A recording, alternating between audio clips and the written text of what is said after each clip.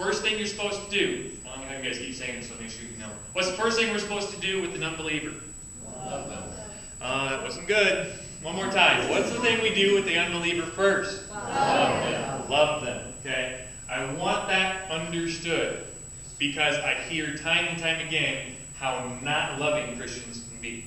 We get self-righteous, and that's always a problem for us. After we love, we teach, we share, we show. We bring out verses. We invite them to ministries. We do like we had the wonderful women's ministry. I've been hearing nothing but great things all day about it.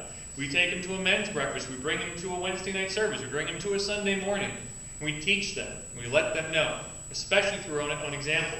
When we see mistakes in our lives, then we correct using Love. Love. Better. Keeps catching us off guard.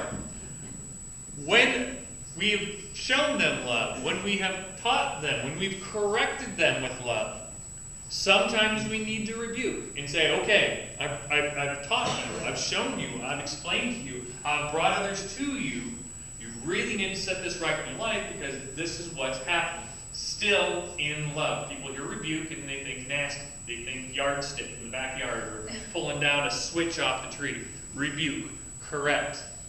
Correct with no confusion, but still in love. When that still doesn't work, then we separate ourselves.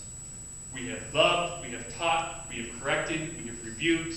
Finally, we separate in love to say, you're not ready to make that trip yet. But we never, under any circumstances, join. It's a lose-lose situation. You cannot save another person. There is one person that walked this earth that can save another person. You're not him. Okay?